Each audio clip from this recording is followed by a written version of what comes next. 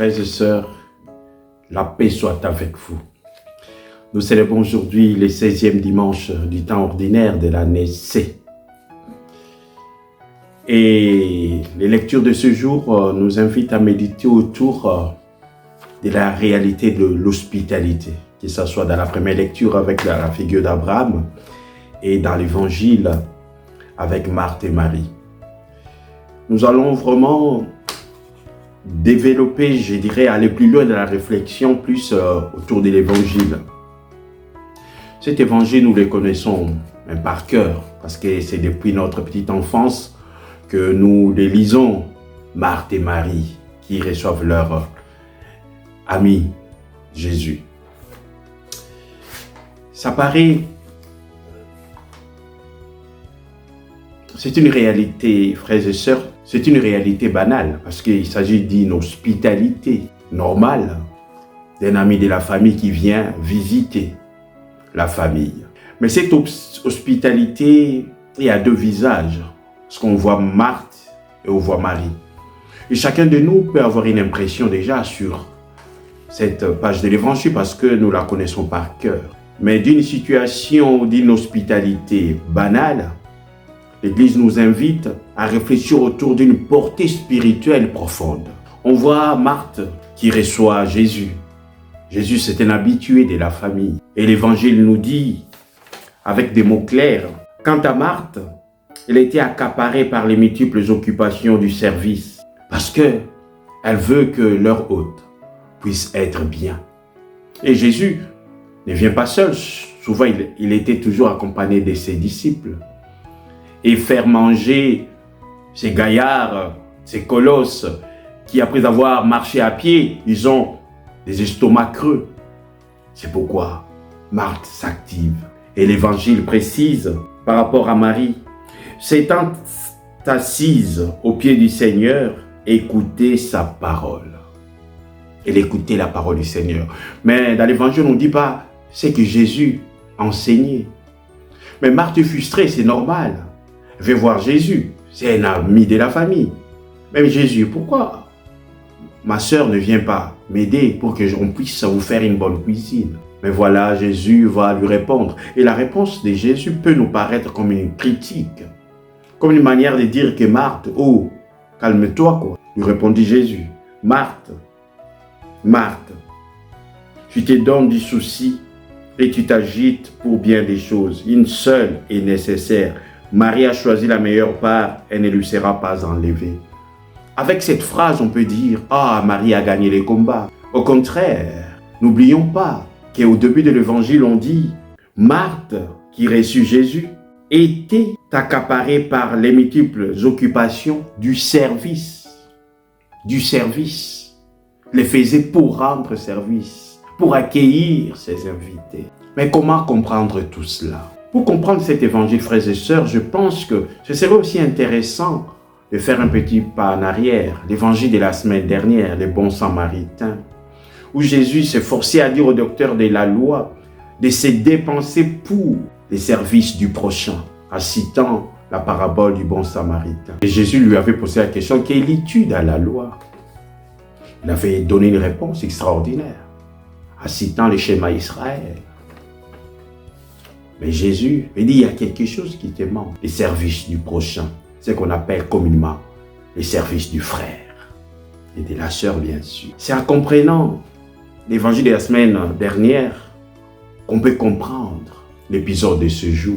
Il n'y a pas d'opposition entre Marthe et Marie. Jésus ne donne pas Marthe comme modèle exclusive et Marthe comme quelqu'un qu'on ne doit pas imiter. Au contraire, Jésus veut créer une certaine symbiose, une certaine complémentarité entre les deux sœurs. Jésus vient clarifier la posture de chacune des sœurs pour nous aider à les conjuguer.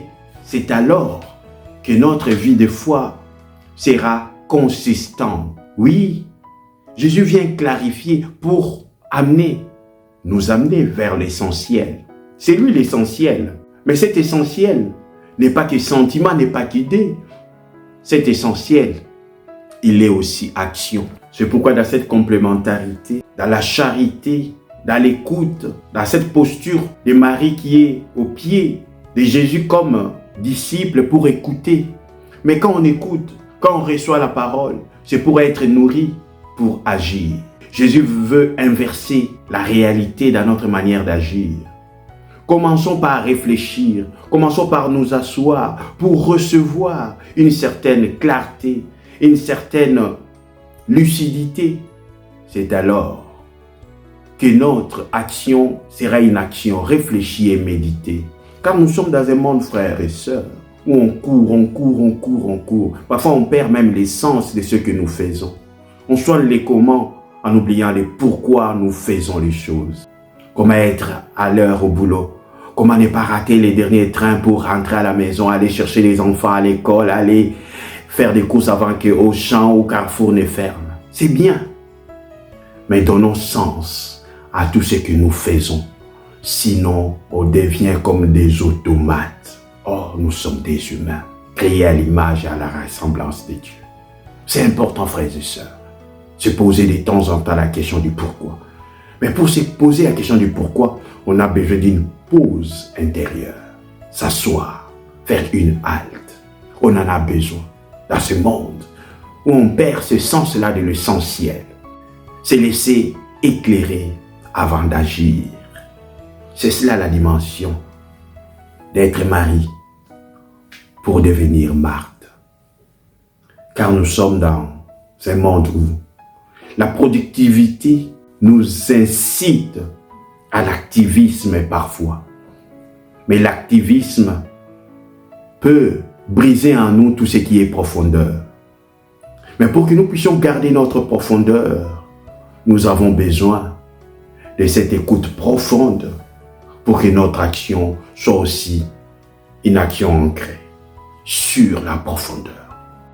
Être Marie pour devenir Marthe, c'est-à-dire de l'écoute vers l'agir.